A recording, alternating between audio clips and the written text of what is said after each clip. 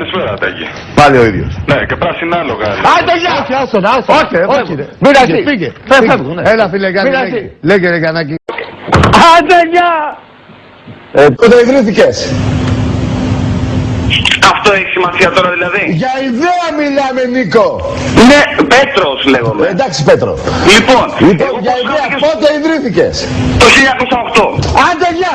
Δεν μιλάμε φκάνε. Μετά από μένα όμως. Μια Μετά από ερώτηση. σένα. Άντε γεια! Ποτέ μετά από σένα. Να σου κάνω μια ερώτηση. Ποτέ μετά. Αυτό σου είπα. Άντε γεια! Κάτσε, περίμενε. Ένα λεπτό. Με νίκησες αντέ. Όχι, πού να καταλάβω. Έχουμε πάρει τη μεγάλη κούπα. Ποια είναι η κούπα? Έχουμε πάρει τη μεγάλη. Πέτσι να ρε. Τη μεγάλη. Άντε γεια! Γιατί έχω και εγώ. Άντε γεια ρε! Άσε ρε, ποιος είναι αυτός ρε? Ξέρω εγώ, μαϊμού καναλής είναι. Τι μα ρε εσύ, ποια μπάλα να... Ρε εσύ, είδατε που... Πάμε, Να μιλήσετε εδώ, όχι, θα το δεχτείς. Να έρθω σπίτι σου να μιλάμε με τη γυναίκα σου. Ξέρεις εσένα.